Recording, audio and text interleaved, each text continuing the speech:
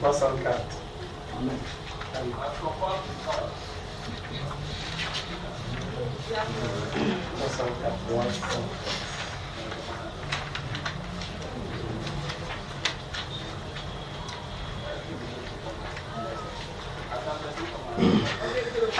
Jésus quitta le trône de son Père et descendit ici-bas sur la terre.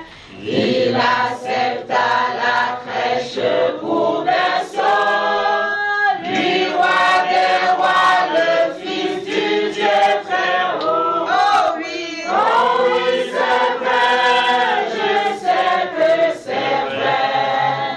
Il est écrit, cela suffit, que Jésus m'aime, mon bonheur suprême. La Bible me le dit, en tous les lieux portant la délivrance, faisant le bien, guérissant la souffrance.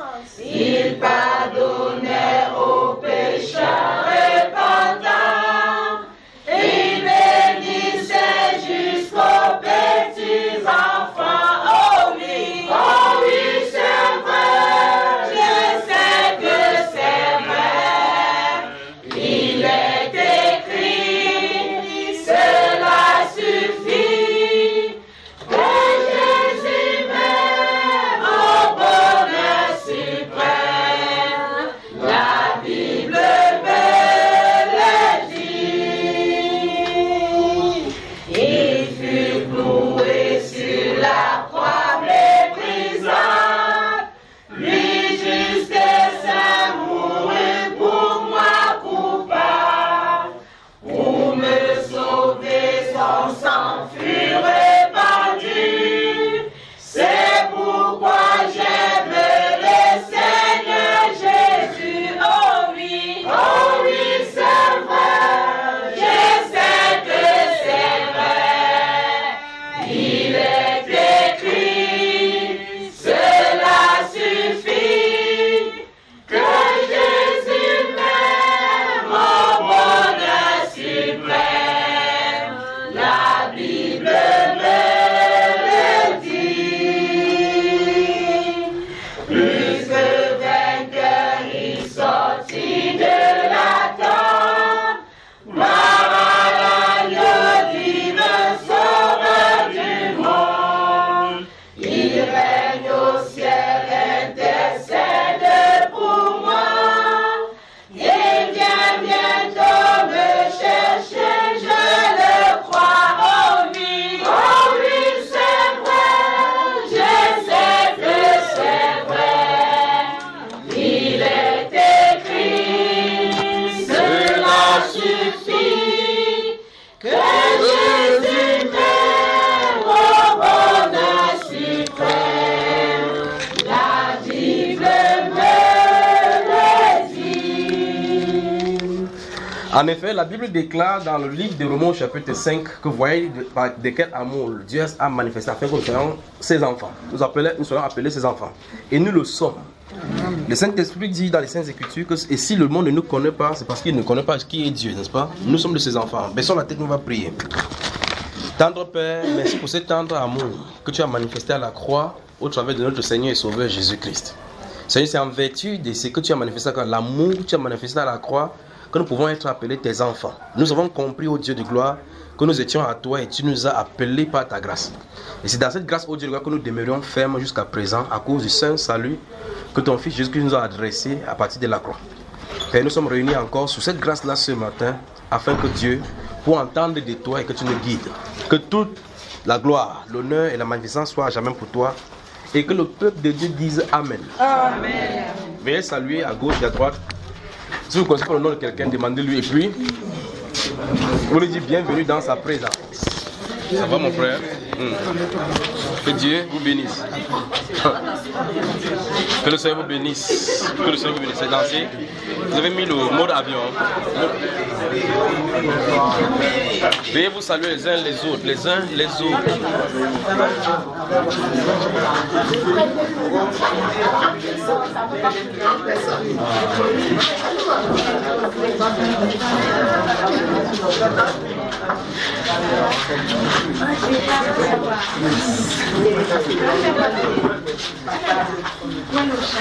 Ça va mon cher? Ça va bien bien. Ça va ma chère?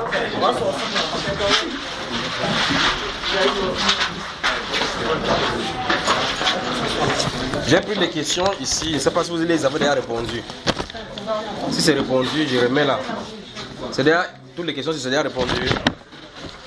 Bon, je vais lire ici, il arrive qu'on a répondu, mais je remets là-bas, d'accord? D'accord, les frères? Bonsoir à vous. Bonsoir. Vous voyez qu'on est à l'heure aujourd'hui, il faut qu'on travaille rapidement et puis rentre, d'accord? On se sépare. Donc, il y a beaucoup de questions ici, c'est intéressant. Si vous le voulez bien, on commence ici. Il faut tourner. Pour que je mets comme ça. C'est pas par laquelle on va commencer ici. Okay. Veuillez éteindre les téléphones. Si vous avez les téléphones allumés, si vous voulez enregistrer, mettez en mode avion. On épuise les questions qui sont ici. Peut-être on va prendre pour certaines personnes sur internet et puis on va répondre avant de commencer. Au temps des prophètes, on dit que le Saint-Esprit au temps des prophètes, on dit que le Saint-Esprit était avec eux et non en eux. Et ça, c'est répondu. Merci. Ouf. Mais dans ce cas, si c'est répondu, il faut enlever donc ici. Salut bien-aimé dans le... C'est moi la grande feuille ici.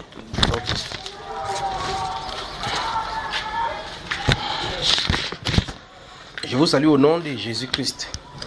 Je veux bien comprendre ce qui est dit dans le livre des Hébreux, chapitre 6, versets 4 à 6. Déjà pour commencer, que veut dire avoir part au Saint-Esprit? Je crois dans ce livre des Hébreux, chapitre 4, verset 6, chapitre 6, verset 4 à 6. Si on prend cette chose-ci, on va prendre tout l'enseignement, toute la soirée. C'est ici où il est dit dans Hébreux, car il est impossible que ceux qui ont une fois été éclairés, qui ont eu part au Saint-Esprit, qui ont goûté au don de Dieu, qui ont eu part à la puissance du siècle à venir et qui sont tombés, soient ramenés une fois de plus à la repentance, puisqu'ils crucifient pour le pas le Fils de Dieu et l'expose à l'ignominie. Puis il donne la parabole de la pluie. Donc je crois qu'on va venir dans cette étude-là spécifiquement pour cela, d'accord? Parce qu'effectivement, les gens prennent ça pour dire clairement qu'en réalité, les gens peuvent aller en enfer après qu'ils ont reçu le Saint-Esprit. Pourtant, c'est pas ce que le verset est en train de dire. Tout le contexte même du verset n'est pas en train de dire. En fait, la pensée de Dieu, c'est même pas ce qu'il est en train de te dire là-bas. C'est un peu toujours comme dans ce livre d'Hébreux. Ouvrez le livre d'Hébreux là, je vais vous montrer. Vous regardez ces versets, et puis je vais vous montrer encore quelque chose.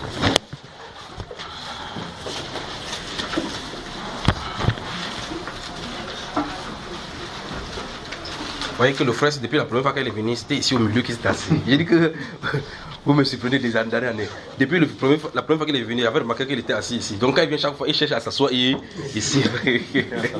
Mais chacun, quand vous voyez, quand il parle, vous voyez que là où il est assis, non? Donc il est là-bas, maman Edith est là-bas. Celle-ci est là. Vous voyez que le pasteur est là-bas. Donc chaque personne est positionnée.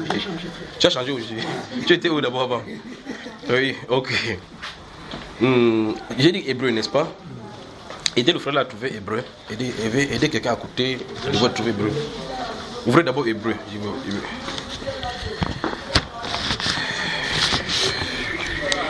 Hébreu. Vous êtes dans le livre d'Hébreu. Hébreu, le chapitre 10. Ouvrez le chapitre 10, je vais vous montrer. Pendant que vous ouvrez le livre d'Hébreu, pendant qu'il s'en est parlé, quand on va quitter Hébreu, vous allez remarquer ce verset, c'est que la personne s'est noté, le chapitre 6, verset 4 à 6. C'est parce qu'il sait que s'il prend ces versets, c'est parce qu'il faut aller point par point. Il y en a 11, 4 ou 5 choses qu'il faut définir là-bas selon les Écritures. C'est quoi avoir part au Saint-Esprit? Qu'est-ce qu'on appelle par... On va dans la Bible, on va regarder. Qu'est-ce que la Bible appelle par don de Dieu? D'accord? Parce qu'avoir part au Saint-Esprit ne veut pas dire être baptisé du Saint-Esprit. Vous pouvez avoir part au Saint-Esprit sans jamais être baptisé du Saint-Esprit. Vous voyez là, n'est-ce pas? Voilà. Vous êtes dans la Bible, chapitre 10, n'est-ce pas? Mais, mon frère, tu peux me lire le verset 25. N'abandonnons pas notre assemblée comme c'est la coutume de quelques-uns, mais exhortons-nous réciproquement, et cela d'autant plus que vous voyez s'approcher le jour. Voilà. Donc vous voyez clairement ce qui est écrit dans ce passage, n'est-ce pas?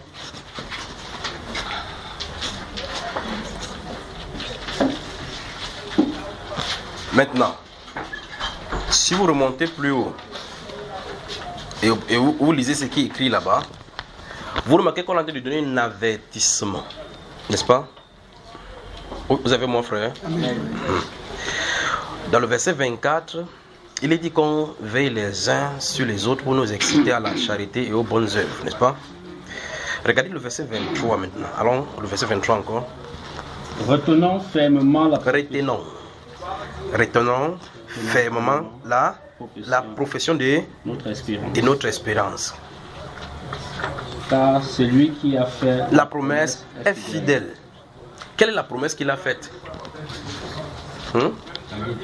La promesse c'est la vie éternelle. Maintenant, si vous regardez très bien ce qui est dit dans le chapitre 10 d'Hébreux, les choses sont démontrées de la venue de la volonté du Seigneur Jésus-Christ de venir pour accomplir la volonté parfaite de Dieu en ôtant le péché. Vous avez moi? Puis, il dit, celui qui pêche sous la loi de Moïse meurt sans miséricorde. C'est devant vous, ça se trouve. Meurt sans miséricorde sur la déclaration de 2 ou de 3 témoins. De quel pire? Vous voyez cela, n'est-ce pas? Donc on prend la loi de Moïse et on compare maintenant s'il y a des condamnations à faire. C'est-à-dire que s'il y avait une punition qu'on pouvait donner à quelqu'un parce qu'il a fauté sous Moïse, on dit que sous la grâce c'est encore pire. Parce que sous la loi de Moïse, il fallait que 2 personnes ou 3 personnes témoignent contre toi. On pouvait te lapider. On dit sans miséricorde. On ne devait pas. Le Saint-Esprit dit dans les Saintes Écritures qu'on ne devait pas avoir pitié afin de doter le mal d'Israël qu'on va lapider. Mais dans la nouvelle alliance, on parle maintenant cette fois-ci de celui qui aura outragé l'esprit de grâce et qui aura tenu pour profane le sang de Jésus par lequel il a été sanctifié. Vous comprenez cela, n'est-ce pas? Et il dit car nous savons celui qui a dit à moi la vengeance, à moi la rétribution. Et encore, le Seigneur juge. C'est devant vous là.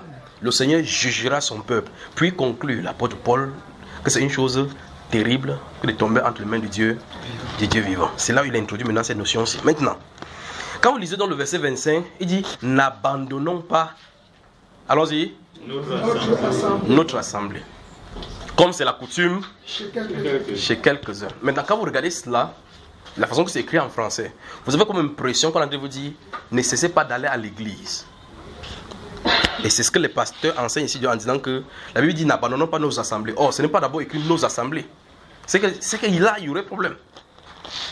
Si c'était au pluriel déjà, il y aurait problème. Même comme c'est écrit comme ça au singulier, il y a toujours problème. Le problème ne vient pas au niveau de l'écriture, mais au niveau de la compréhension de ce qui est dit là-bas. Juste, on va prendre quelque chose pour vous dire, parce qu'on a posé la question sur Hébreux chapitre 6. Juste, on a dit qu'il y a certaines choses qui sont écrites en français. Les gens veulent comprendre ça comme eux ils comprennent, mais c'est parce que le Saint-Esprit lui est en train de dire. Voici un exemple clair qu'il veut vous dire. Parce que si on comprend que l'abandon de l'assemblée ici est le rassemblement qu'on est en train de faire, ça veut donc dire clairement que le fait qu'on va à l'église, ça contribue au salut. Pourtant, il n'y a pas dans la Bible qui dit que si tu quittes l'église, c'est que tu vas quitter le corps de Christ. Vous voyez le problème, n'est-ce pas? Qu'est-ce que le Saint-Esprit est en train de dire ici? Le Saint-Esprit veut nous faire comprendre qu'on ne perd pas le vue, que pendant que vous allez marcher avec Jésus, votre objectif doit être notre rassemblement avec lui. C'est qu'on ne perd pas cela de vue. C'est ça qui fait que le fait que je sais que Jésus est en train d'arriver, ça me pousse à marcher comme il veut. C'est ce que la Bible est en train de dire. Vous avez suivi maintenant? Alors maintenant, c'est ça que les gens disent que ne venez pas, depuis vous ne venez pas à l'église, vous ne venez pas à l'église. On dit, si tu n'es pas dans le lieu de rassemblement, ça fait que tu perds la foi. Donc c'est pas cela. C'est pas ce que vous comprenez. Les réunions de prière ne sont pas indispensables. Parce qu'en temps de persécution, que vous ne le voulez pas, vous allez vous disperser.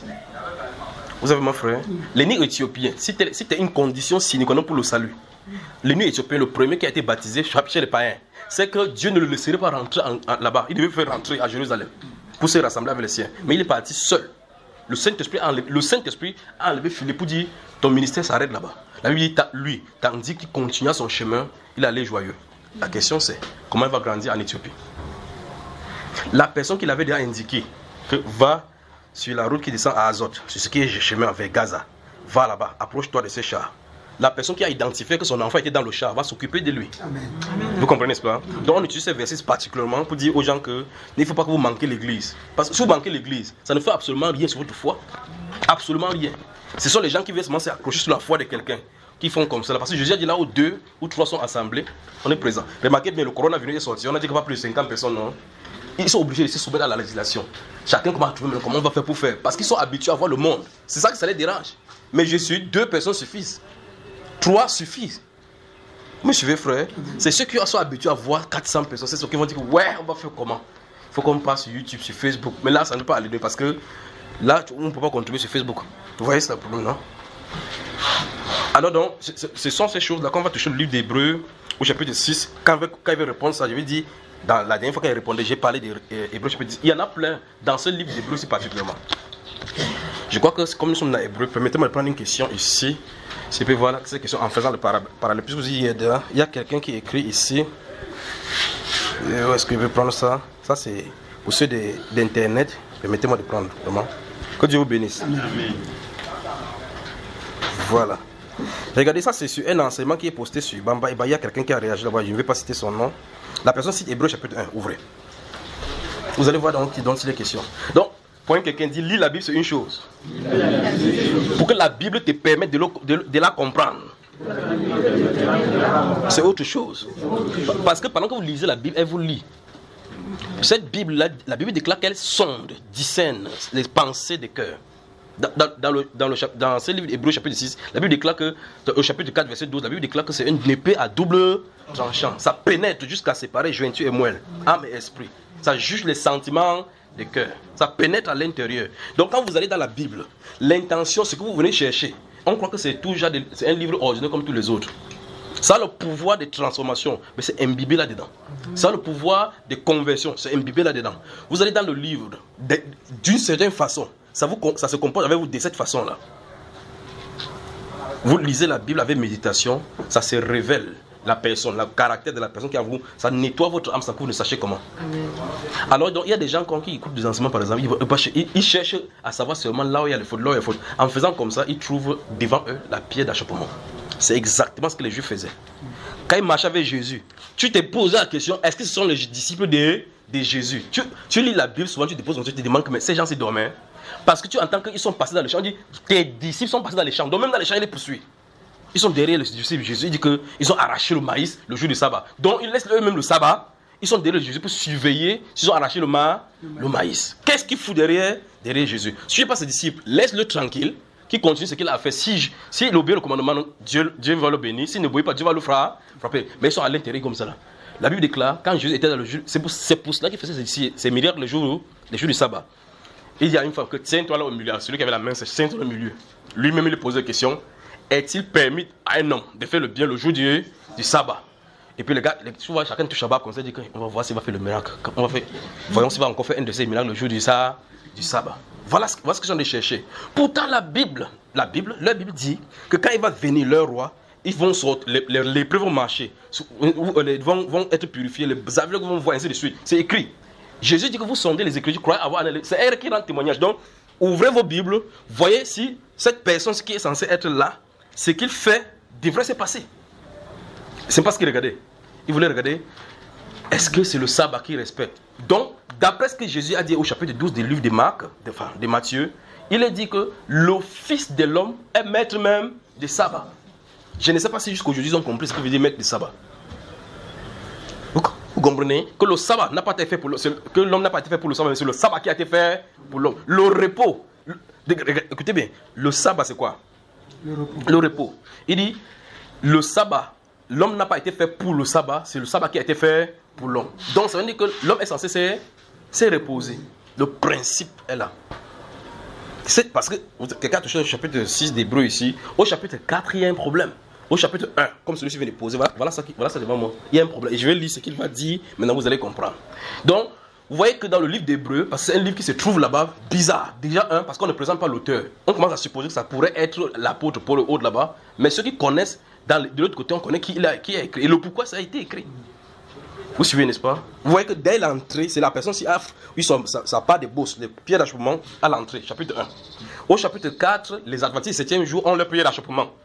Parce qu'ils disent que, oh non, Comment ils obéissent qu'ils vont au culte plutôt le samedi. Samedi, s'il veut composer, non, il préfère échouer parce que le culte est le samedi. Je lui pose la question, d'où est-ce que tu tiens le fait que les cultes doivent se faire le samedi? Il dit non, parce qu'obéir le sabbat, c'est le 4e commandement. Qui t'a dit ça?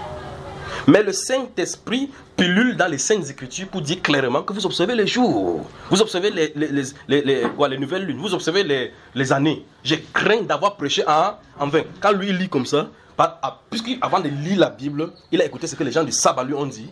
Il lit ça, il ne comprend pas ce qu'il en a dit. Parce qu'on lui a dit de comprendre ça autrement. Vous suivez, n'est-ce pas?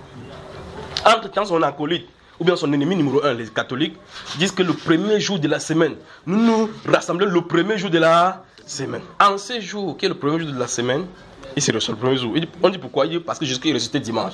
Je dis, ok. Donc tu décides que comme Jésus est ressuscité dimanche, nous faisons notre culte le premier, et tu imposes ça aux gens. N'est-ce pas des sorcelleries? Il dit en ces jours, il dit que pourquoi tu fais le culte le dimanche? Il dit c'est parce que Jésus est ressuscité dimanche. C'est pour cela que nous. Est-ce qu'il a donné ça comme loi? Vous posez la question maintenant. Allons simplement. Jésus se réunissait quand avec ses disciples? Ses disciples, quand après lui, se réunissaient quand? Curieusement, quelqu'un porte la Bible, il fait le contraire de ce que la Bible dit. Vous voyez, n'est-ce pas? En même temps, dans l'Adventiste 7e jour dit aux catholiques que vous adorez le jour du soleil. Parce que soleil, sondé, ça veut dire que le jour du soleil. Ah bien maintenant, dans ce cas, le catholique balance aussi que vous adorez le jour du samedi, ça veut dire Saturne. Parce que comme il croit peut-être que Apollon règne sur dimanche, il y a aussi Saturne qui règne sur Saturday. C'est la planète Mars qui règne sur le samedi. Vous voyez le problème, n'est-ce pas? Donc, ça veut dire que ni en Christ, ni ces jours, ni les années, ni l'heure, ni absolument. Parce que l'esprit n'a pas de limite. L'heure vient et elle est venue où les vrais adorateurs, dit les Saintes Écritures, les vrais adorateurs, que tu te couches, que tu es n'importe où, l'adoration n'est pas conditionnée par le jour, ni conditionnée par le lieu. Et maintenant, vous lisez Hébreux chapitre 4, du chapitre 3 au verset 7. La Bible déclare que c'est pourquoi, selon ce que dit le Saint-Esprit, si vous entendez aujourd'hui savoir, si vous entendez savoir quand? Aujourd'hui. Donne-moi le jour d'aujourd'hui, voir. Aujourd'hui, c'est quand? Si demain tu lis, tu vas trouver quoi? Quand tu ouvres ta bouche le lundi, tu vas trouver quoi? Pointe quelqu'un, dit le jour de Dieu, c'est aujourd'hui. Quand tu te lèves le matin, tu ouvres la Bible, ça va te dire aujourd'hui. Le lendemain, ça va te dire aujourd'hui. Voilà ce qu'on doit faire. Parce que quand vous avez ouvert aujourd'hui, là, quand tu ouvres Hébreux chapitre 13, 3, verset 7, il dit, c'est pourquoi, selon ce que dit le Saint-Esprit, vous entendez savoir aujourd'hui. Que ça ne soit pas par coïncidence que c'est comme c'est tombé, ça veut dire, voilà, le Saint-Esprit me dit qu'aujourd'hui, c'est le jour du samedi. Parce que le lendemain, si c'était le samedi qui voulait te dire, ouvre le lendemain dimanche pour voir si ça a changé. Parce que si tu ouvres le dimanche, ça a changé. Ça dit maintenant que je disais hier. C'est que c'était véritablement samedi. Alors le Saint-Esprit dit dans Hébreux chapitre 4 que si Josué leur eût donné du repos, il ne parlerait pas longtemps après cela dans David en disant, comme nous l'avons dit précédemment, c'est pourquoi ils n'entreront pas dans mon repos. Donc il réserve, Dieu se réserve donc un autre jour en disant longtemps dans David que aujourd'hui. Vous voyez, car Dieu a parlé comme ça ainsi du 7e jour pour montrer clairement que le repos dont il parlait est rattaché au 7e jour. Donc le 7e jour était le symbole du repos spirituel que Dieu accordait à son peuple. Et puis donc il dit, puisqu'il est réservé, donc à un peuple maintenant d'entrer, il est réservé. Il dit, nous qui croyons, nous entrons dans ce repos. Donc on n'entre pas dans le repos avec le pied. On n'entre pas dans le repos de Dieu en observant. On entre en croyant. Jésus dit, venez à moi, vous tous qui êtes fatigués et chargés, vous donnerez. Point quelqu'un m'a dit le vrai sabbat. C'est Jésus qui donne. Ce n'est pas le samedi. La loi qui possède l'ombre. Et non l'exaltée représentation. Le corps est en Christ. Voilà. Donc, vous voyez clairement que si les choses sont dites comme ça de cette façon et que les gens comprennent bien, on ne doit plus souffrir le samedi. Et maintenant, je suis avec quelqu'un, il dit, mais viens me rencontrer. Il dit que non, je ne peux pas venir, c'est le sabbat, je vais au sabbat. Le sabbat, vous faites ça comment? Il dit que je m'en vais, on va au culte. Le lieu de ton culte, c'est où? Il me dit, c'est à 10 km d'ici, il va prendre 3 tassés. 3 tassés pour aller faire le sabbat. Donc, en voulant observer le sabbat, il dit effectivement ce que Jésus dit dans la Bible, que ne savez-vous pas que... Donc, Jésus, dans les Saintes Écritures, a montré clairement que personne n'a jamais observé le sabbat. Personne. Et le souverain sacrificateur lui-même, qui est censé présenter le péché pour lui-même, désobéir au sabbat en faisant ça. Donc depuis que le sabbat a été donné, personne n'a jamais sur la terre observé. En réalité, de façon stricte. Parce qu'en réalité, il dit que tu dois te reposer de tes œuvres. Les œuvres du sacrificateur, c'est quoi? C'est de présenter le péché. Donc, on dit que le 7e jour, il doit faire quoi? Il doit se reposer. La loi lui dit de faire quoi? Présenter le péché. Donc en présentant, il pêche. En s'arrêtant, il pêche. Donc Dieu voulait montrer que vous reposez, vous ne reposez pas, vous êtes pécheurs. Christ seul peut sauver. Vous voyez le problème, frère? Alors, donc nous avons sur la terre des problèmes. Dieu est venu délivrer les gens de la lettre. On veut encore nous y faire maintenir. Donc le livre d'Hébreux, c'est un livre qu'il faut étudier avec minutie. Donc si je prends seulement le livre, vous voyez, il suffit de cliquer seulement sur un point, parce que tout est relié. Quand je vais arriver au niveau du chapitre 6 maintenant pour commencer à parler, ça va être clair maintenant, et puis on pourra détacher facilement. Si il va seulement là-bas, ça sera maintenant comme si je suis en train de contredire une doctrine contre une doctrine. Mais il faut mettre d'abord les choses à la lettre pour qu'on puisse bien comprendre ce qu'elle dit. Vous suivez? Donc cette personne-ci parcourt 7-10 km pour aller à un lieu de culte, parce que leur lieu de culte se situe à 10 km de lui. Si vous regardez le livre d'Hébreux, Actes des Apôtres, chapitre 1, quand Jésus a fini de parler à ses disciples, il est monté, la Bible déclare qu'ils sont allés à la distance d'un chemin de sabbat. On mesurait les distances en fonction de ça, c'est-à-dire que c'est une distance qui est permis de marcher le jour du sabbat. Le jour du sabbat, c'est 1 km 100 mètres. Si tu fais 1 km 111 mètres, à cet instant-là, tu as péché. Lui, il fait 10 km. Donc, avec la voiture, tu traverses 1 km 2. Tu à 2 km, tu pars où il m'avait fait le sabbat. Le voilà dans la nouvelle alliance, avec le sabbat qu'eux-mêmes ils sont attachés, ils sont en péché à l'intérieur. Où est-ce qu'on s'en va là? Donc, vous remarquez que pour certains d'entre vous, certains quittent Bépanda jusqu'ici, c'est pas à 2 km. Donc, si vous disiez qu'on se rassemble samedi, tout simplement par convenance, parce que vous êtes occupés. Donc, si c'était parce que c'est le sabbat, parce que c'est le jour du 7e jour qu'on a décidé de se rassembler ici le samedi, alors tous ceux qui ont dépassé 1 km, nous sommes dans le péché. Vous comprenez? Parce qu'il y a une distance du chemin du sabbat. Ça c'est un. Des deux, même si on voudrait respecter le sabbat, on ne peut pas le faire. Parce que le sabbat a un des principes, que ce n'est pas l'homme qui institue, c'est Dieu qui institue. On dit que le jour du sabbat, il doit avoir le pain des propositions. Quand on parle du pain, on parle du bread, d'accord? Ce qu'on a fait avec la levée, on a tourné. On doit mettre ça sur la table de l'alliance, devant l'arche. Vous avez l'arche ici, frère? Point, quelqu'un dit arrêtez la sorcellerie. Arrêtez la sorcellerie. Voilà.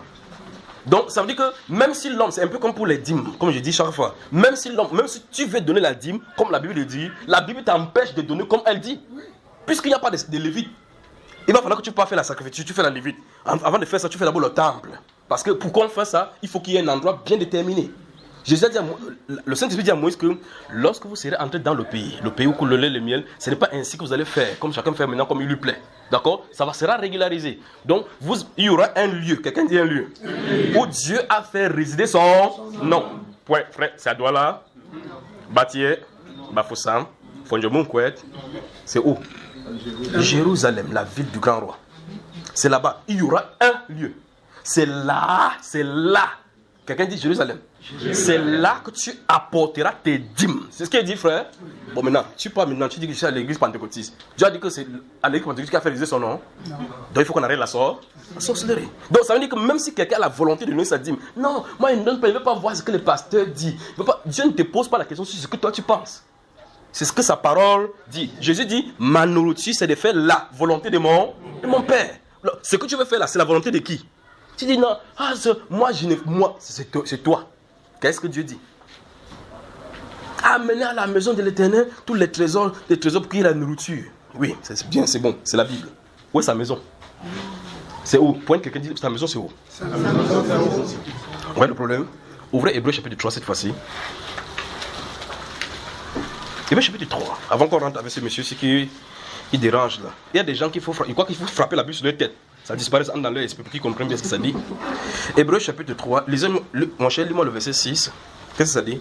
Verset 6. Hébreux chapitre 3, verset 6. Mais Christ l'est comme fils sur sa maison. Et sa maison est à Jérusalem. Et sa maison, c'est nous. Pardon? Pourvu que... Et sa maison, c'est nous, pourvu que nous retenions jusqu'à la fin la ferme confiance et l'espérance dont nous nous glorifions. Donc, Si vous regardez depuis le verset 1, la Bible veut nous faire comprendre là-bas, la Bible déclare que toutes choses ont été conçues par Dieu, d'accord? Chaque maison a un constructeur en réalité. Et on parle de Moïse là-bas, on veut comparer la suprématie de Jésus sur Moïse.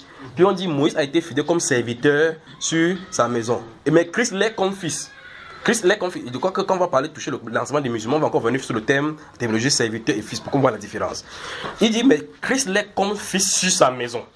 Donc Moïse était comme serviteur dans sa maison. Christ l'est comme fils sur sa maison. Et le Saint-Esprit dit là, sa maison c'est nous.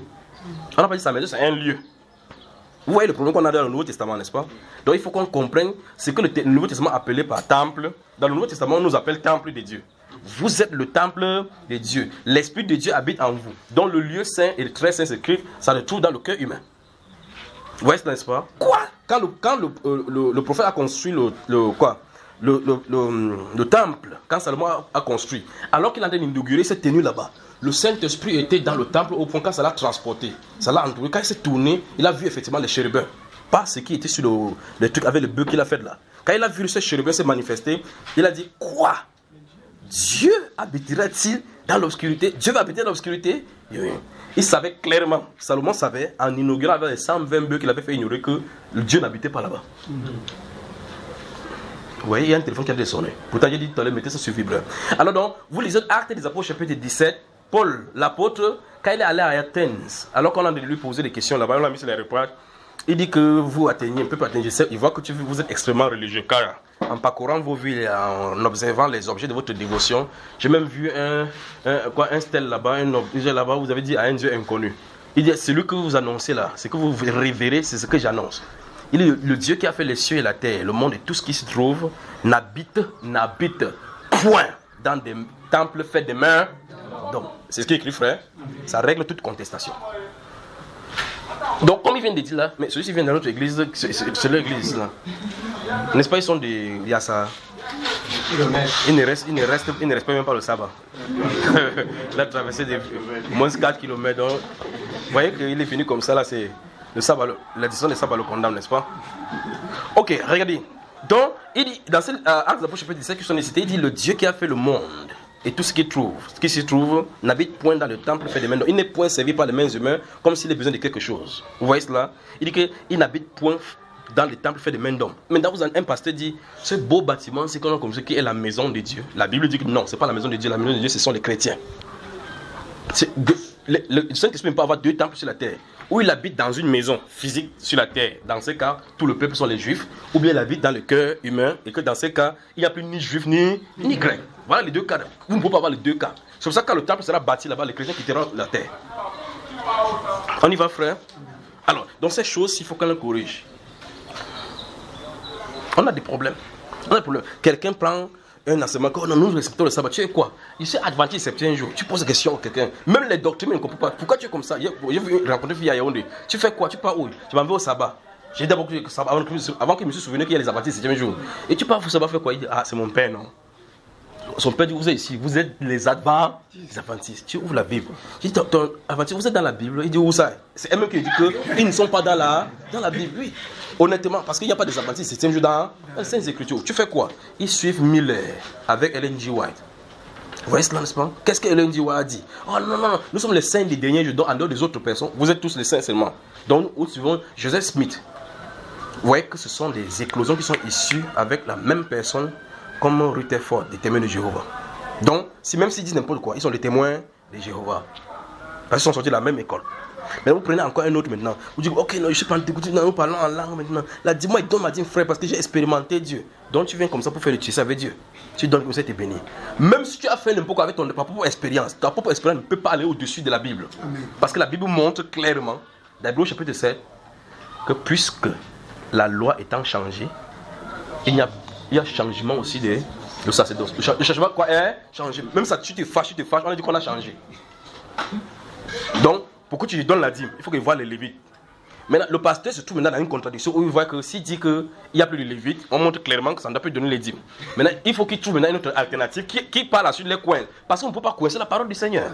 Alors il dit maintenant que c'est nous, les pasteurs, qui sommes les Lévites. Bien.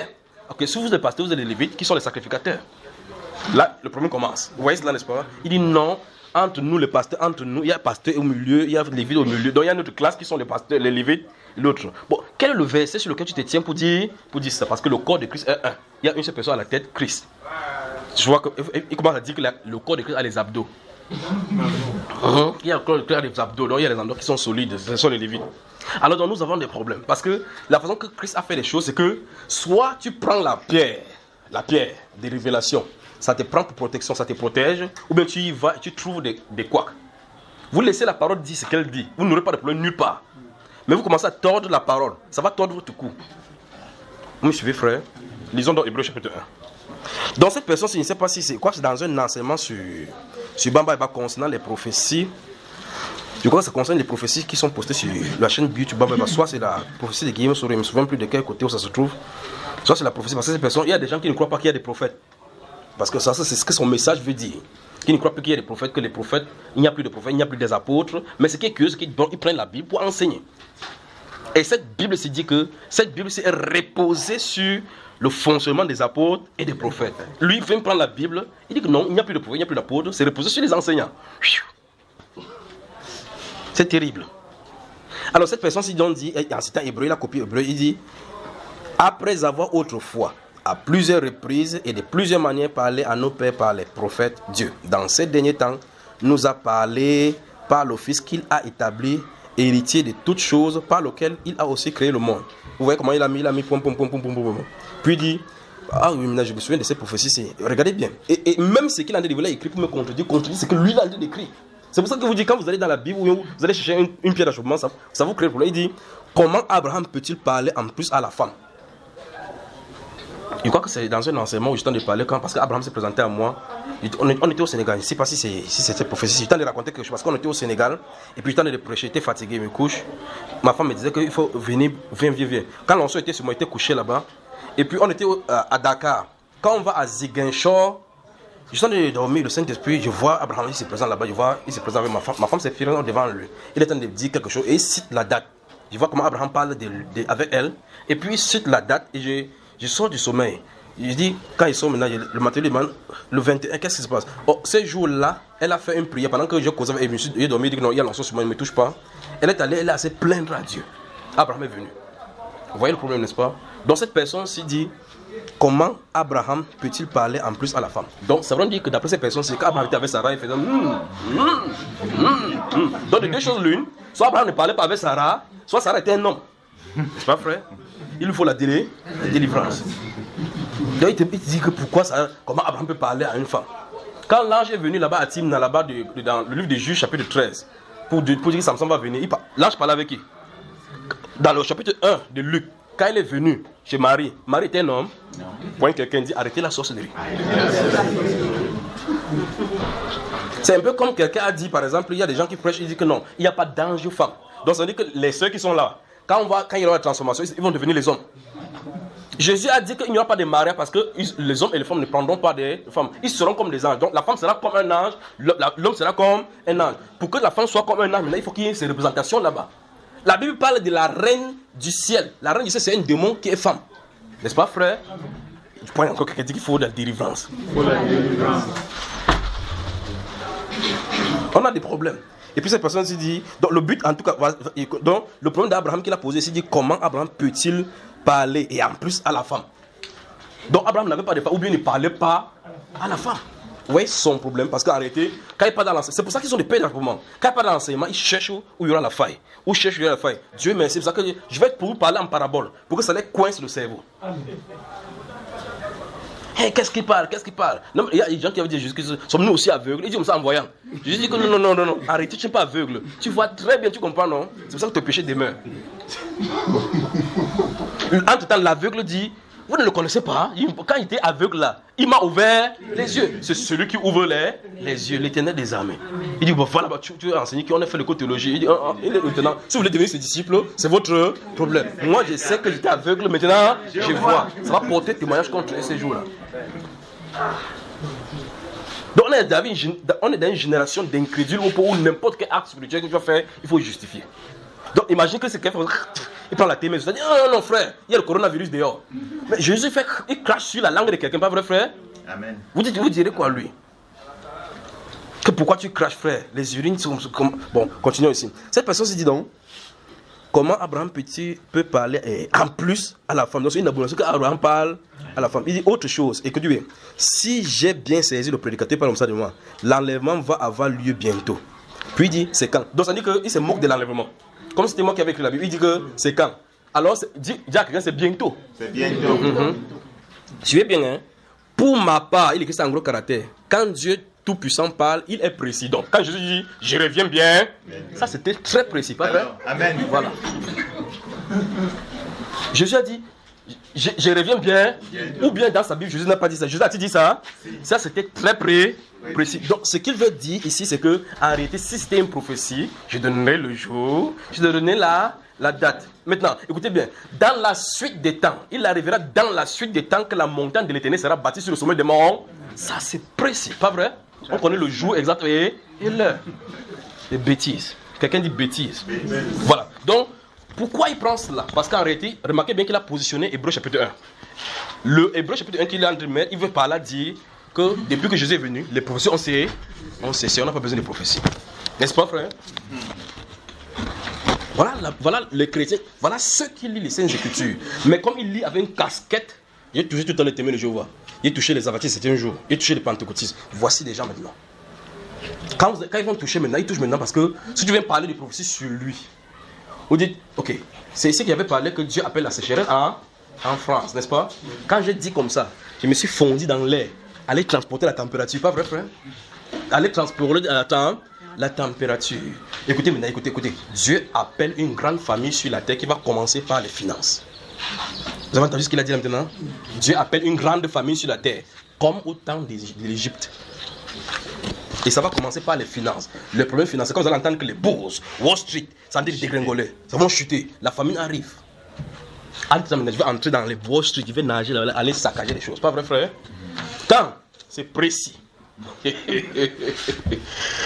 Alléluia. Donc cette personne s'y prend Hébreux chapitre 1 pour dire par là qu'en réalité Dieu avait parlé autrefois par les prophètes. Dans ces derniers temps il a parlé par le Fils. Donc comme il a parlé par le Fils, il n'y a plus de...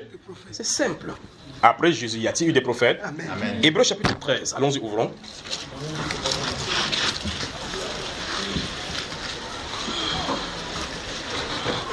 Que le Seigneur vous bénisse. Amen. Hébreux le chapitre 13, les deux premiers versets, mon cher Donatien, allons-y. Persévérer dans l'amour fraternel. Non, c'est pas Hébreux que je vous donner. C'est Actes chapitre 13. Je sais Hébreux s'il crée le problème, ou moi, quand c'était contre le problème. Actes chapitre 13. En tout cas, même là-bas, il y a encore un souci, parce que Dieu merci même pour cela. Parce qu'on dit que exercer l'hospitalité, car plusieurs en l'exerçant héberger les anges. Donc, puisque après Jésus, puisque les anges venaient annoncer la venue de Jésus, comme Jésus est venu comme ça, il n'y a plus d'anges. Donc, aucun ange ne descend plus. Les messages ne viendront plus. Allons-y. Actes chapitre 13, versets 1 et 2. Il y avait dans l'église d'Antioche des prophètes et des docteurs. Stoppons là-bas. Donc, on est dans l'église d'Antioche, où pour la première fois les chrétiens, au chapitre 11, vous lisez que c'est en Antioche, pour la première fois les disciples ont été appelés les chrétiens. On dit que dans cette église-là, il y avait qui, frère? Les prophètes et des apôtres. Celui-ci, donc, va me faire comprendre que depuis comme Jésus est venu, Dieu a parlé au travers de Jésus. Il n'y a plus de...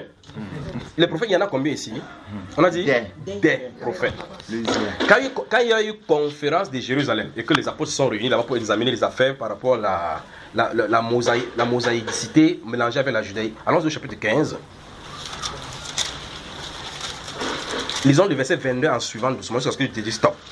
Alors, quand ils vont faire la conférence de Jérusalem, ils vont sortir des résolutions et puis on va envoyer maintenant des personnes pour aller donc les indiquer dans chaque lieu pour prendre pour dire la résolution finale des conciles. Pas vrai?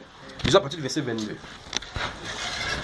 Alors, il parut bon aux apôtres et aux anciens et à toute l'église de choisir parmi eux et d'envoyer à Antioche avec Paul et Barnabas, Jude, appelé Barsabas, et Silas, hommes considérés entre les frères. Il les chargeait d'une lettre ainsi conçue.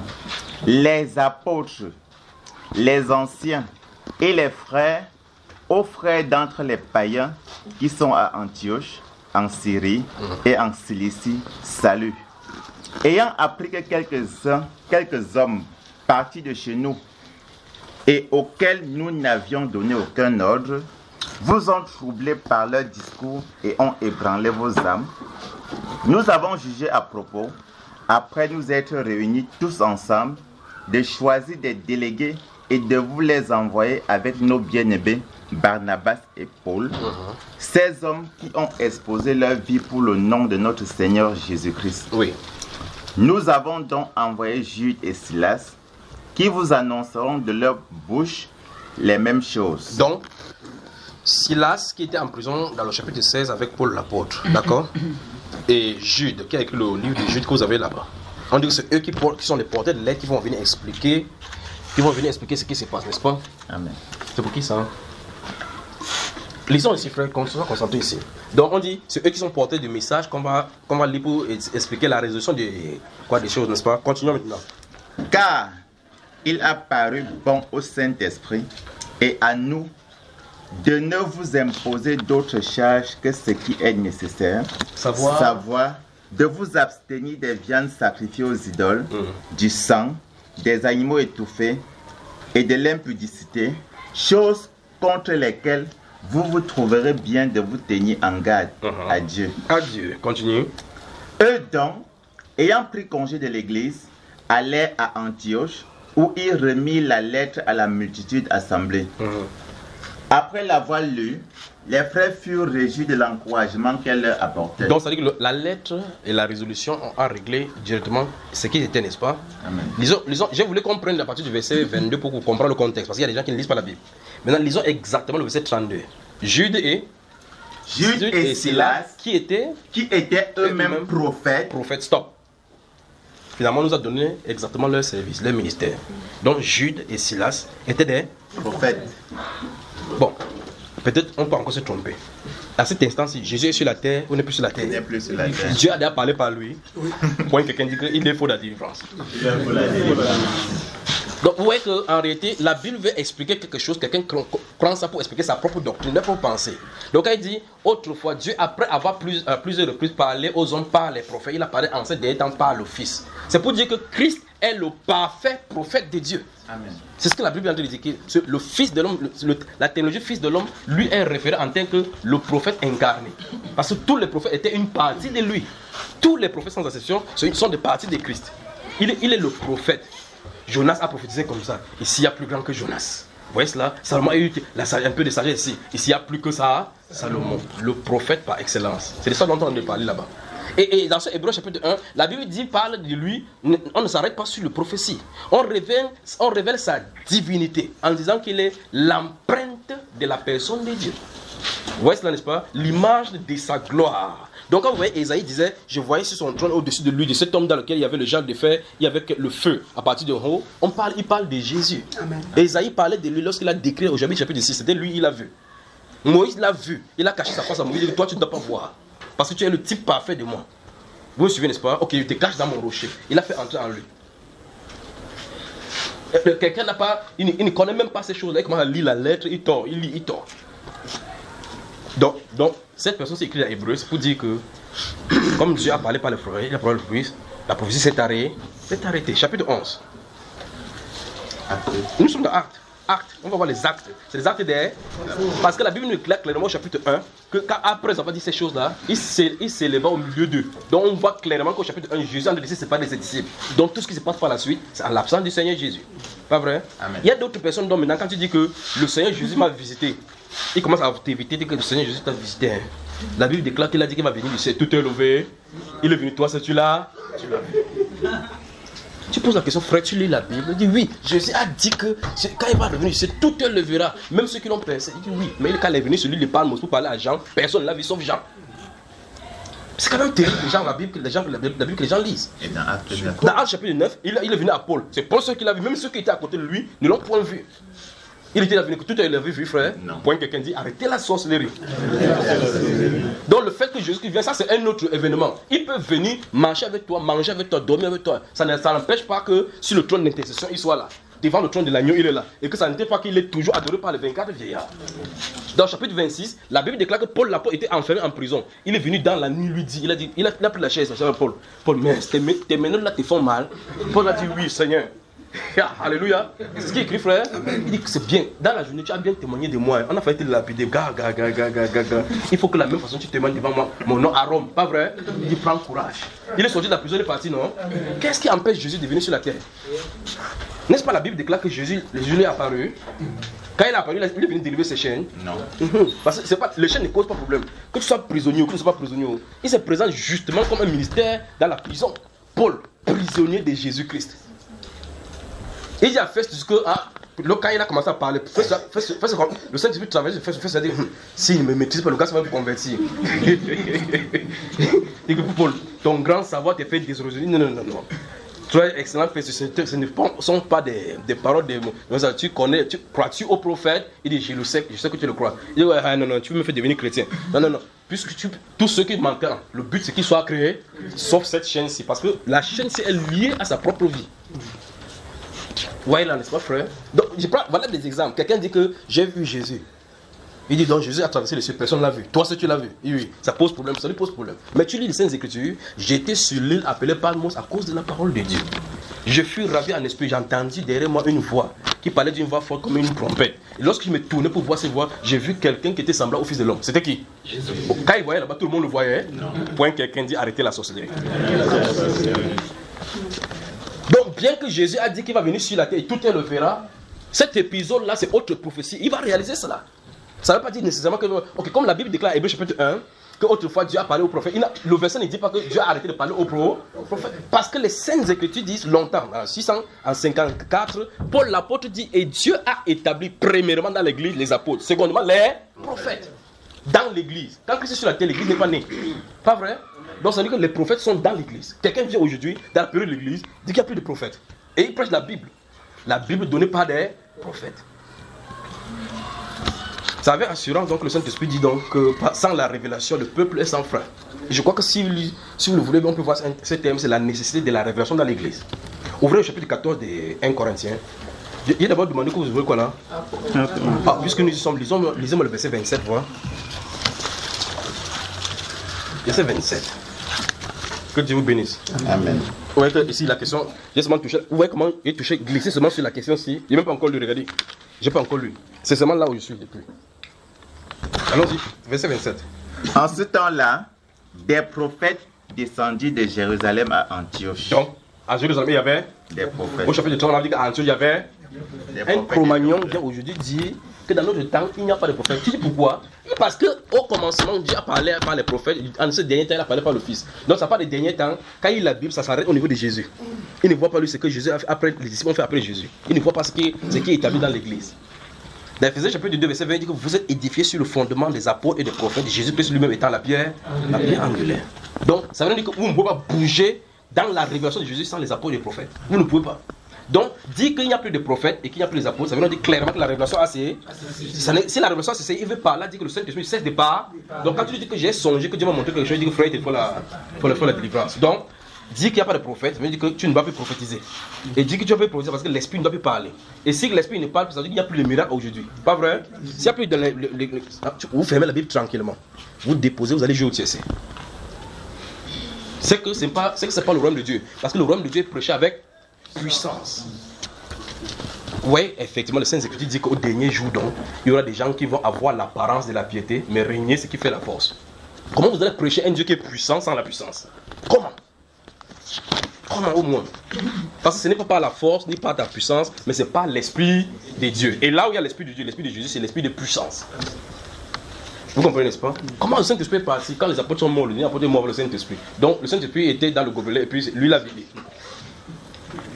Entre-temps, tu lui poses la question, comment tu es devenu chrétien? Qu'est-ce qui t'a fait croire? Il va dire, frère, la Bible déclare que le Saint-Esprit convainc de justice. Donc, il convainquait là-bas à ce moment-là. Aujourd'hui, il ne convainc plus. Ou bien il convainc seulement, maintenant il n'entre plus. Vous voyez qu'on a des problèmes, frère? On a des problèmes.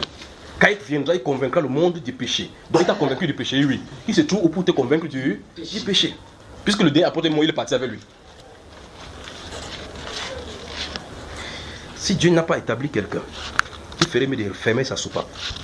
Et rester tranquille. Tu manges la pizza tu manges le zom et toutes les autres choses là, ça ne dérange pas. Tu peux y manger, tu fais, tu dis gloire au Seigneur. C'est mieux pour toi de dire gloire au Seigneur que de tordre sa parole. Parce que la Bible dit que si tu tords, c'est pour tes propres ruines. Amen. Chapitre 14 des Corinthiens maintenant. 1 Corinthiens chapitre 14. Vous avez vu ce qu'il a dit tout à l'heure, n'est-ce pas? Dieu appelle la famine sur la terre comme en Égypte. Et cette famine va déclencher par une crise financière mondiale. Donc quand le moment viendra, il va vous dire, enregistrement, c'est que vous qui avez l'argent en banque, sortez cela, d'accord? Le moment arrive. De toute façon, en 2015, je vous avais dit qu'il y aurait une crise économique.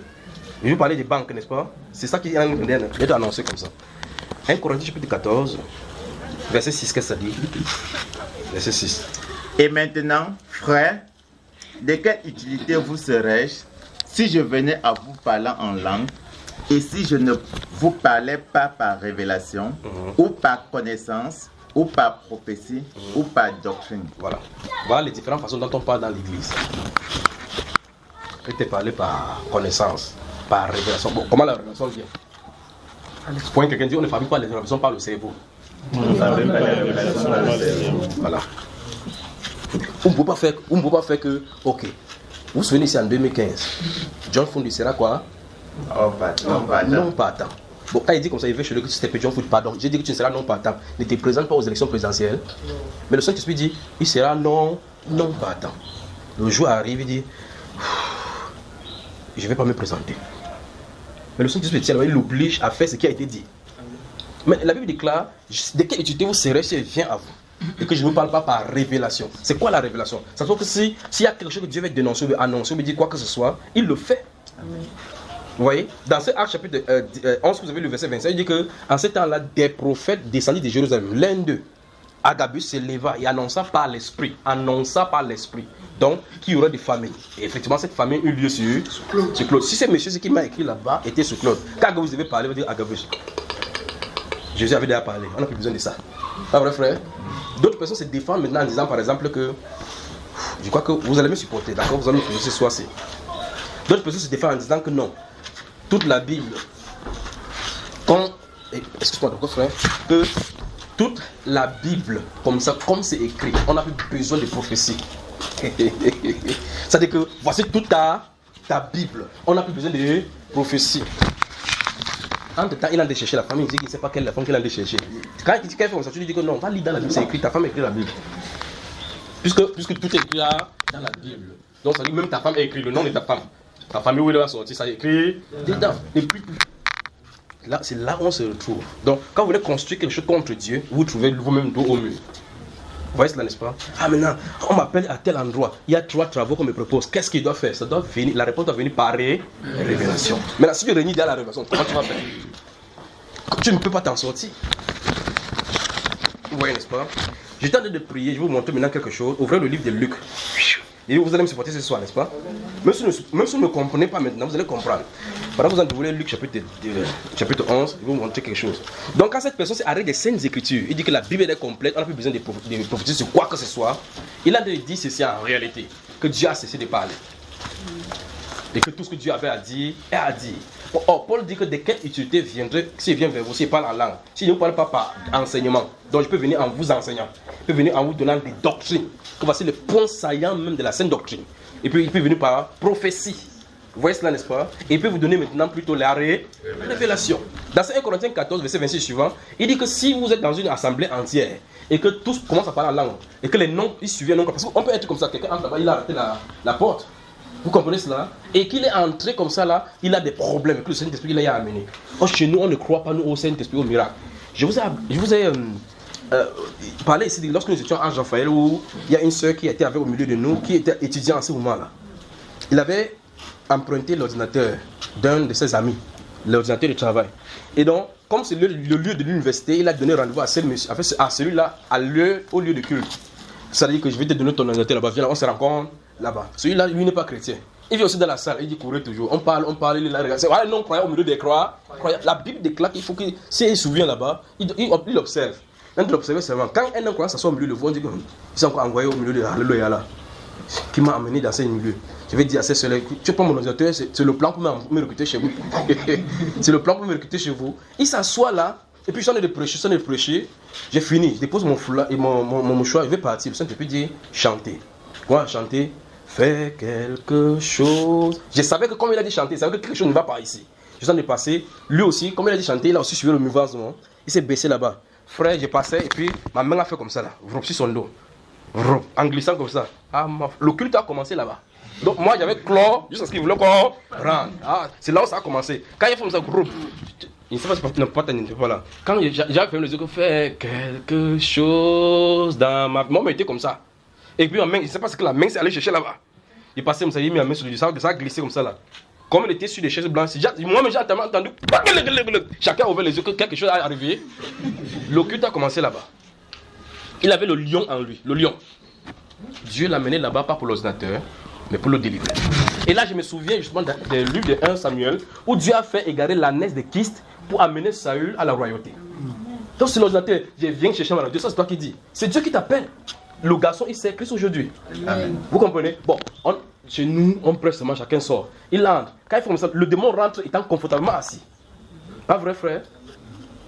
Donc c'est ce qu'il en est. Donc les Saintes Écritures disent, au chapitre 14, là, verset 26, il dit que feront lorsque vous assemblez. Quelqu'un parmi vous bâtit un cantier, un seul. Et puis il dit, pour ce qui est des prophètes, que deux autres parlent et que l'autre interprète.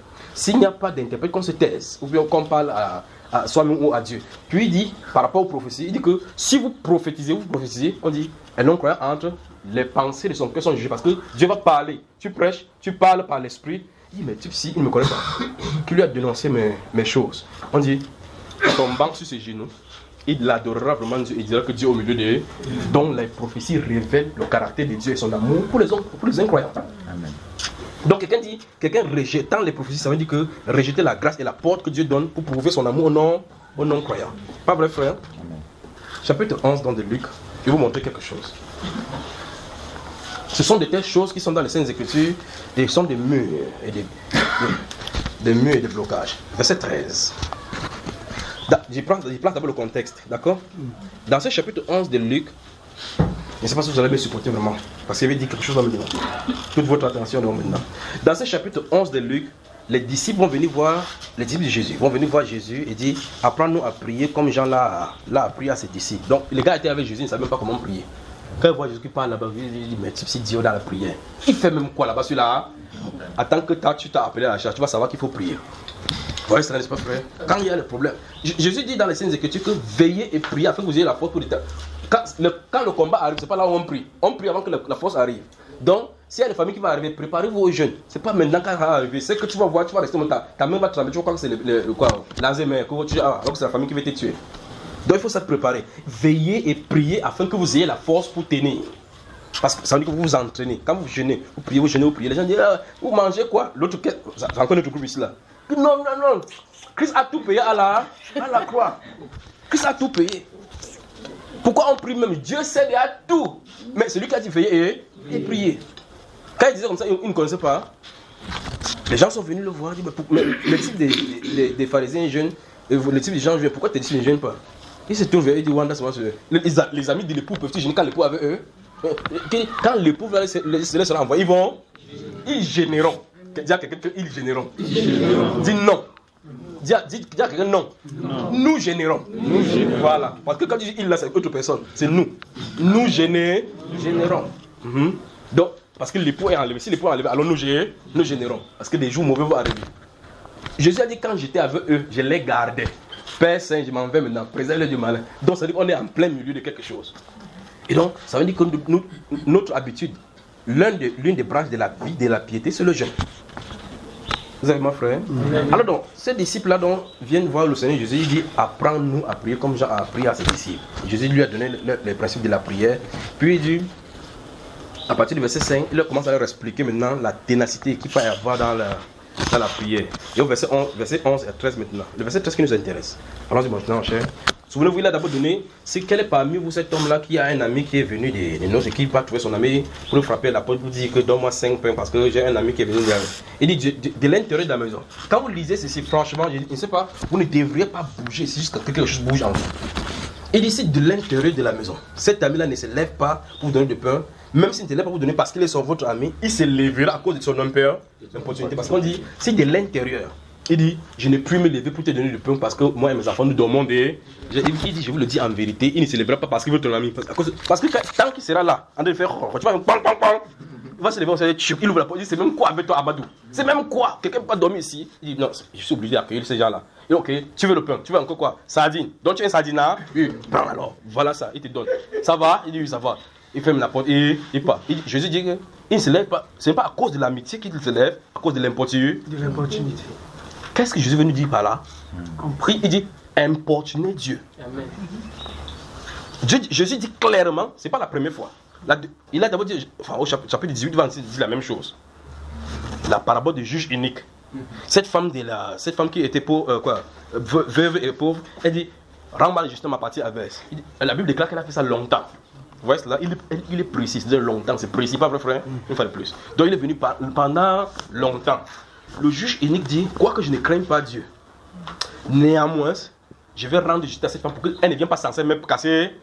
Donc, il ne rend pas justice parce qu'il doit rendre justice. C'est parce qu'il est obligé, sinon la femme va la déranger. Jésus dit par là, déranger Dieu. Jésus donne l'autorisation que je vous demande de déranger Dieu avec vos prières. N'est-ce pas ce que Jésus a dit? Il a dit, déranger Dieu, en langage simple. Point quelqu'un dit, tu dois déranger Dieu. Tu dois déranger Dieu. Tu pries. Ça ne s'ouvre pas. Tu pries. Ça ne s'ouvre pas. Tu pries. Tu pries. Jusqu'à ce que tu ne puisses plus prier. C'est-à-dire tu meurs. Voilà. Parce que la seule façon que tu ne pries plus, c'est que tu meurs. Vous comprenez cela? C'est ce qu'il a mis dans l'aigle. C'est ce qu'il a mis dans l'aigle. L'aigle, c'est comme ça. Quand il est dans l'œuf, l'aiglon. L'aiglon n'attend pas que maman ouvre ma part. Maman, non, non, non. Il frappe à l'intérieur. Quand l'heure est arrivée, il dit que c'est mon moment de gloire. Hey! Vous entendez l'aigle. Il tape son petit bec là ce soir. C'est deux choses l'une. Parce que le moment arrivé où tu dois sortir, si tu veux, tu sors, tu restes là. Fais quoi? Parce que quand tu faisais, s'ils font prendre 6 mois, tu fais 6 mois là-bas, le premier mois c'est normal parce que la loi de Dieu dit que ces moments-là, tu dois être à l'intérieur. Parce que si tu sors là, ces moments-là, c'est un problème. Si l'heure d'arriver sort, tu ne sors pas, c'est un. Donc il a intérêt à dire à quelqu'un que tu dois prier. Tu pries. Ça ne va pas, tu pries. Si ça ne va pas, tu pries encore. Si ça ne va pas encore, tu pries encore. Encore et encore. Jusqu'à ce qu'encore et encore ne puisse plus être là. Voilà. Et vous savez qu'encore et encore sera toujours là. Pas vrai? Donc on va toujours prier. Alors l'aiglon fait quoi? Il tape une fois, pas son bec. Ça peut faire une petite faille sur l'œuf. C'est pas encore ça. D'accord? Remarquez Corneille, pour vous montrer de quoi il est question. Corneille, dans le chapitre 10 d'Actes des Apôtres, il a prié, pas vrai? Il a prié, il faisait ses aumônes, il prie, il fait ses aumônes, il prie, il vit la vie de Dieu, il prie, il craint Dieu, jusqu'à ce que le jour où celui qui devait décider de répondre, c'est pas nous qui décidons du jour de réponse, d'accord? C'est pas nous qui décidons du jour de la réponse à nos prières. Le jour où le Seigneur devait répondre, il a signalé son nom. Il était là toujours comme chaque jour. Il finit de dire que, garde, oui, chef. À vos autres, oui, j'avais chef. Si quelqu'un me cherche, je ne suis pas là, il m'avait cherché Dieu, oui. Il pouvait dire ça le premier jour, deuxième jour, troisième jour, centaine jour, 1 an, 2 ans, 3 ans. L'autre jour là était un jour. Quelqu'un dit un jour. La Bible déclare qu'il s'est présenté là-bas à l'heure de la prière. Quand il a pensé, là on s'est présenté que Corneille. Tes prières et tes noms sont montées. Frère, point quelqu'un dit, est-ce que c'est aujourd'hui que c'est monté? Dieu s'est souvenu. Est-ce que Dieu oublie? Donc quand vous voyez l'expression Dieu s'est souvenu, ça veut dire que c'est le moment de Dieu. D'accord? Zacharie avait prié avec sa femme Élisabeth. Il prie. L'une des personnes dans les Saintes Écritures qui m'étonne, c'est Zacharie et sa femme. La Bible déclare dans Luc chapitre 1 qu'ils observaient la loi de Dieu de manière irréprochable. De manière irréprochable. Vous pouvez imaginer les angoisses et les moqueries que les voisins pouvaient lui donner. Regardez les gens là. Un voisin a peut-être 7 enfants. Il ne veut même pas, il cherche même comment pouvoir arrêter le ventre de sa femme que ça n'accouche plus. Parce que quand tu salue sa femme le matin, pap, l'enfant entre. Entre-temps, Elisabeth et Zacharie, il a dit que, après l'autre dit que non, c'est dans ta famille que cela est. Non, notre famille est 5. C'est pas dans ta famille, c'est pas ça. C'est ni dans sa famille, c'est la volonté de Dieu. Et puis un jour, il se tient là-bas comme ça. La Bible déclare que de manière irréprochable, il servait Dieu. Mais irréprochable, il servait Dieu, mais il était stérile. Non seulement il y avait la stérilité, il avait été avancé en Adam. Dans notre âge, on dirait que c'est impossible d'être impossible et impossible pour vous d'avoir d'enfant. Dieu n'a pas dit son dernier mot. Et puis un de ces jours, quand il était là à la corne de l'hôtel, les gens l'attendaient dehors. Et puis l'ange se présente là-bas, Gabriel. Zacharie, ta prière, ton style de vie est venu et Dieu s'est souvenu. Je t'annonce la venue d'un prophète. Alléluia. Donc quand tu t'attends le moins, il se manifeste. Mais remarquez bien, il persévérait nuit et jour dans la prière. Maintenant, je vous pose la question. Nous prions une semaine. Ça ne va pas, on change de sujet de prière. Quand ça ne va pas, on change de lieu de prière. Quand ça ne va pas, on change d'homme de Dieu. Point quelqu'un. Dis arrête la sorcellerie. Tu dois appuyer dans la prière. Pas changer les lieux de prière. Ce n'est pas le lieu de prière qui cause problème. D'accord? C'est ta foi en Dieu. Parce que la Bible déclare que par Jésus, nous avons les uns les autres accès. Donc on n'a pas dit par les lieux de prière, on a accès. On a dit par la foi en Jésus. D'accord? Et la foi dit ceci. Si tu pries, ça ne va pas, tu pries. Parce que la Bible déclare que si nous prions et que nous savons qu'il nous écoute, si nous savons qu'il nous écoute, nous possédons déjà. Donc ça veut dire que c'est une question de temps. Si c'était nous aujourd'hui avec notre façon de croire, c'est que Zacharie, là, comme il a fait 84 ans et là-bas, l'autre a 87 ans, c'est qu'il y a cela 40 ans, on avait quitté la foi. Que c'est sûr que Dieu là ne marche même pas. Puisque je lis dans la Bible que Sarah était guérie. Je ne sais même pas sûr que c'est vrai. C'est sûr qu'on a souvent dit comme ça pour nous tromper. D'abord, il y a un philosophe qui dit que la religion c'est l'opium des peuples. On croit maintenant aux philosophes plus que la parole de Dieu. Donc quand Dieu veut intervenir dans le règne humain, il ne regarde pas notre règle de science ou notre règle préétablie. Il fait selon sa volonté. Quand il veut faire son entrée, il fait son entrée. Rien ne l'arrête. Vous me suivez, frère? Alors donc Jésus, dans les Saintes Écritures, nous a appris que vous devez importuner Dieu. Il nous a appris qu'on doit déranger Dieu. Il y a un monsieur qui m'avait dit que, frère Junior, tu sais quand j'ai prié, il dit non. Il dit j'écris dans les grands mouvements quand il y a le final des Champions League et des Coupes du Monde. J'étais étonné. Il dit pourquoi tu pries comme ça? Il m'a dit que c'est parce qu'à ce moment-là, tout le monde est concentré sur le football. C'est-à-dire que pendant que les gens sont dans le regard, il m'a dit Messi. Là, il a dit Seigneur, j'ai besoin de trucs. Les gars sont concentrés, réponds-moi alors. Donc il a comme l'impression que quand plusieurs personnes prient, ça dérange Dieu. Vous voyez l'esprit humain, pas vrai? Parce que pour lui, quand tu as de parler, tu as de parler, c'est que Dieu ne doit pas se concentrer sur lui. Il dit que quand lui il peut prier quand il y a la Champions League. Donc pendant que vous voyez le final de sachez qu'il a en prière. Pour que le temps que tu te lèves dans le chapeau pour aussi aller prier, qu'il est sûr qu'il en a eu sa part. Il n'y a pas un verset comme ça dans les Saintes Écritures, d'accord? Dieu entend toutes les langues. Il entend même quand vous ne criez pas. Vous soupirez à l'intérieur, il entend. L'angoisse de ton homme, il entend. La parole dit, les Saintes Écritures n'est pas encore sur tes lèvres, qu'il les connaît entièrement. Vous dites, Jésus connaît entièrement toutes les choses. Oui, bien plus, il a prédestiné. Donc même la prière que tu vas dire à lui, il connaît. Il a bien mis la parole dans la bouche. Il a dit, j'ai placé mes paroles dans ta bouche. Donc même pour prier, c'est lui qui te donne de prier comme il veut. En tout cas, si vous voulez faire autrement que Dieu, ok, priez, faites que ça arrive, alors on voit. Parce que quand tu pries, ça veut dire que c'est toi qui es dans le besoin. Tu places à lui, il a sa requête, c'est le jour où il veut, il te répond. Pas vrai? Mais nous avons cette assurance. La ferme assurance, c'est que qu'il traverse au-delà du voile. Là où Christ est entré, au-delà du voile de sa chair, ça veut dire que ce voile de la chair dit, écoutez-moi maintenant, nous sommes dans Hébreu encore maintenant. Le voile de la chair de Jésus prouve clairement que Dieu se cache derrière le voile. C'est-à-dire que la Bible déclare qu'il nous a inauguré une lune au travers du voile de sa chair. Donc, le voile de la chair, le voile du temple qui s'était déchiré, montre clairement que Dieu va être déchiré à la croix, pas vrai? Et lorsqu'on ouvrait le voile, qu'est-ce qu'on voyait là-bas, frère? Dieu était en Christ. Dans la chair de Jésus habitait Dieu. Donc, au travers du voile de sa chair, Christ est mort donc pour qu'on ait accès auprès du Père. D'accord? La seule chose à savoir, c'est qu'il faut avoir foi à cela. Si tu as foi à cela, quelle que soit la demande que tu fais, sache qu'il écoute. Amen. Et si il écoute, la Bible nous enseigne que nous possédons, pas que nous posséderons, mais ça se manifeste au temps convenable. Amen. Amen. Verset 13 donc. Si donc, méchants comme vous l'êtes, vous savez donner de bonnes choses à vos enfants, à combien plus forte raison le Père Céleste donnera-t-il le Saint-Esprit à ceux qui le lui demandent? Là, nous avons un problème dans la Bible maintenant. Nous avons un problème. Et donc, le problème dont les gens me posent chaque fois. Et puis je vais dans la prière, le Saint-Esprit va prendre ce qui se trouve là-bas. Donc, d'après ce que nous sommes en train d'écrire ici, Jésus-Christ est parti dans la règle générale. Comment on doit prier, pourquoi on doit prier, pour montrer clairement que même malgré notre méchanceté, on sait donner de bonnes choses aux enfants. Vous voyez cela, n'est-ce pas? Si demande quelque chose, tu ne peux pas donner le poison. Puis il dit que si donc, avec notre nature humaine méchante, si on sait donner de bonnes choses à nos enfants, à combien de raison vous pensez à la nature de Dieu, qui ne se tient pas, il ne tient pas contre nos fautes, donnera-t-il quoi? Le Saint-Esprit. À ceux qui le lui demandent. Vous lisez la Bible, vous ne voyez pas un cas de personne qui a demandé. Vous commencez à poser un problème. Il y a un problème. C'est là où vous entrez dans le niveau de la révélation. Pourquoi il n'y a personne dans les Saintes Écritures qui n'a jamais demandé le Saint-Esprit? Mais Jésus a dit, si quelqu'un doit, ici il faut la révélation. Vous voyez cela, n'est-ce pas? Parce qu'en réalité, dans leur période, le Saint-Esprit venait pour confirmer, pour qu'on puisse écrire ça, pour que vous voyez comment il descend. Maintenant, Jésus veut qu'on demande. Amen. Vous voyez cela, n'est-ce pas? Il veut qu'on demande. Donc tu peux demander. Parce qu'il y a des gens qui vont se retrouver à un endroit où ils n'ont personne pour prier pour eux. En lisant ça, ils réclament la promesse et ça lui est donné. Voilà pourquoi il a fait. Que Dieu vous bénisse. Il va presque plus d'une heure et même pas encore bougé. La question de la personne, c'est même pas encore bougé. Donc nous sommes encore à la première question de cette personne-ci. Bon, la personne dit que veut dire avoir part au Saint-Esprit. Donc on a dit qu'on va traiter ça cas par cas, pas vrai? Mais ça nous a permis de faire le round-up des plusieurs ébauches où les gens nous dérangent. Que veut dire goûter le don, c'est bon. De toute façon, si avoir part au Saint-Esprit, est-ce que... Bon, donc, ça veut dire gardons la feuille ici pour cela. Renchérir ici que ailleurs, il nous a été enseigné qu'on peut être baptisé du Saint-Esprit et pécher. Mais si c'est pas le... Attendez, il lit ici. Par ailleurs, il nous a été enseigné qu'on peut être baptisé du Saint-Esprit et pécher.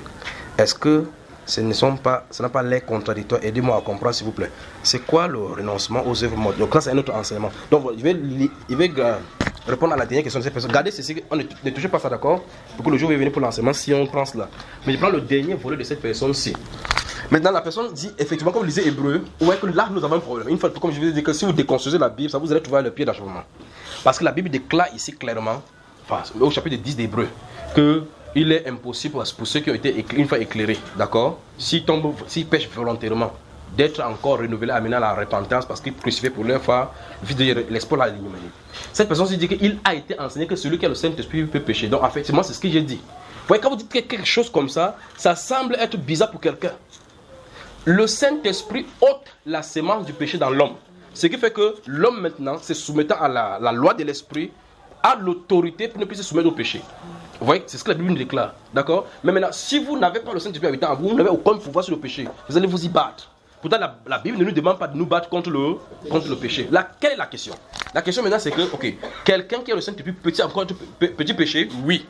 Mais son péché n'est pas comme le péché de quelqu'un qui n'a pas le Saint-Esprit. Parce que celui-ci, il pêche étant dans la liberté, alors que l'autre pêche étant esclave. Vous voyez le problème maintenant? Parce qu'il ne peut pas faire autrement que des péchés. Je ne sais pas si vous avez vu la différence. Ok. Cette personne-ci qui pêche étant dans la liberté est en danger et est dangereux. Dans les deux sens du terme. Il est en danger parce qu'en réalité, il peut non seulement induire les gens, parce que lui, rien ne générera plus jamais son salut. Il peut donner un mauvais exemple à d'autres. Les Saintes Écritures pullulent, en commençant dans l'église, dans Corinthe, au chapitre 3. Jusqu'au chapitre 5, on voit clairement les gens qui vivent dans l'église avec la femme de leur, qu'il y a une impudicité au milieu de vous, telle qu'ils ne se nomment même pas chez leur. Donc ils sont entrés dans l'impudicité, ils ont dépassé les païens. Ne savez-vous pas que le Saint-Esprit de Dieu habite en vous? Comment donc livreront ces membres-ci au péché? Quand on dit comme ça, ils se corrigent directement. Vous avez compris maintenant, frère? Amen. Donc, la question maintenant c'est, est-ce qu'il doit pécher? La réponse est clairement dans le standard de ceux qui est baptisé du Saint-Esprit, c'est qui continue dans la sainteté. Vous avez vu le problème, n'est-ce pas? Donc, pouvoir pécher, c'est autre chose. Parce que tant qu'on est sur la terre, on est assujetti au péché. Vous comprenez? Mais Dieu nous a donné la chose, la liberté, de ne plus pécher. Car la Bible déclare dans Romains chapitre 6, sous les yeux, verset 12, il dit, n'obéissez pas à ces convoitises. Que le péché ne règne plus donc dans votre corps. Donc il n'a plus de place. Car vous avez été délivrés, n'est-ce pas? Il n'y a donc plus maintenant aucune condamnation pour pas pour tout le monde. Pour ceux qui sont... Oui, c'est là où nous nous trouvons là maintenant. C'est là où nous nous trouvons. Pour ceux qui sont en... Si tu es immergé en lui, il n'y a plus de condamnation pour toi. C'est bien ça. Vous voyez? Qui ne vivent plus d'après la chair, mais d'après l'esprit. Car chose impossible à la chair, parce que la loi la rendait sans force. Christ a pris la chair pour mourir pour ces gens-là. Il est impossible que la chair se soumette à Dieu. Il est impossible. C'est pour cela que la loi pour marcher contre le péché, c'est en marchant selon l'esprit. Quelqu'un petit péché après avoir le Saint-Esprit, c'est oui. Donc vous voyez que ça semble un truc contradictoire parce que justement dans Hébreu on a dit voit clairement que ça semble dire que c'est clair le Saint-Esprit pêche, c'est qu'une fois c'est pour lui c'est terminé. Manifestement dans Hébreu, dans Actes 1 Corinthiens chapitre 5, on voit clairement qu'on a dit par prêcher à ces personnes pour qu'ils se repentent. Or, si c'était systématique que c'est les deux dont on a parlé, c'est que quand ils pêchent comme ça c'est terminé une fois. Pas vrai? Mais dans les Saintes Écritures, regardez sous les yeux le livre d'Ésaïe, enfin, Exode chapitre 33, quand les Juifs ont fait le veau d'or, au chapitre 32. Moïse est allé voir le Seigneur. Il savait très bien que le courroux de Dieu va se dégager. Je veux toute votre attention maintenant. Et puis, Dieu dit, dégage devant moi, je vais détruire ces gens et te faire une nation. Il dit, Seigneur, non. Si tu veux les dégager, si tu veux les tuer, mieux tu effaces mon nom. Qu'est-ce que Dieu lui dit? Quand Moïse dit efface mon nom dans ton livre que tu as écrit, qu'est-ce que Dieu lui dit? Que c'est celui qui pêche. Non. C'est celui qui a péché. Qui a péché. Parce qu'il est en train de résoudre un conflit là. D'accord? Donc c'est celui qui a péché. C'est le peuple. Bon. Qui ici n'a pas péché? Il dit ici là maintenant parmi nous. Qui n'a pas péché? Parce que là Dieu dit c'est celui qui a péché contre moi que j'effacerai son nom. Pas vrai? Bon. Écoutez-moi très attentivement. Moïse, mon serviteur, était l'homme le plus patient sur la terre. Qu'aucun homme qui existe sur la Moïse, monte ici, tu mourras parce que tu ne m'as pas sanctifié devant le peuple. Il a péché ou il n'a pas péché? Il a péché. Mais Dieu venait lui dire que c'est celui qui va pécher contre lui qui va effacer. Ainsi effacer le nom de Moïse. Non. Donc il y a un style de péché. Quand tu pêches, on efface ton nom. Il y a un style de péché.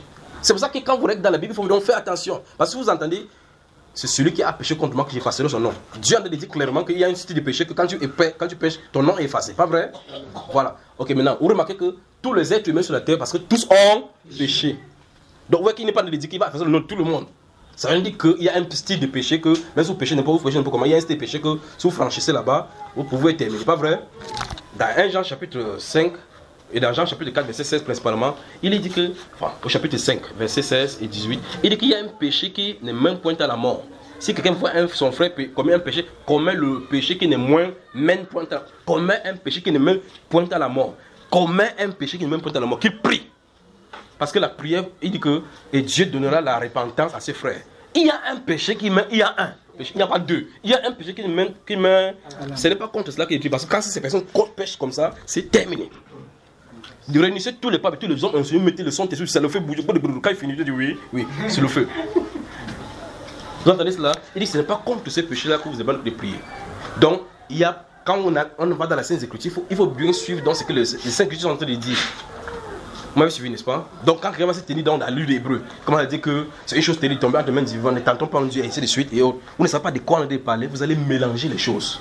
Et quand on mélange les choses, là, on commence ça semble avoir des contradictions comme ça. Parce que vous voyez dans la Bible, quelqu'un qui a vécu avec la femme de son frère, de son père, depuis l'Ancien Testament, vous voyez que c'est une abomination. Quand Ruben a couché avec Bilda, vous avez vu ce qui lui est arrivé, n'est-ce pas? Sa grâce a été déchue, pas vrai?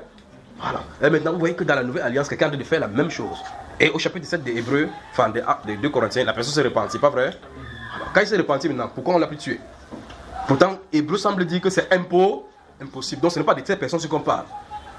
Vous savez, moi, les frères? Que le Seigneur vous bénisse. Permettez-moi de prendre encore une question. Si les besoins ici, prends une autre question et puis on prend une pause. Donc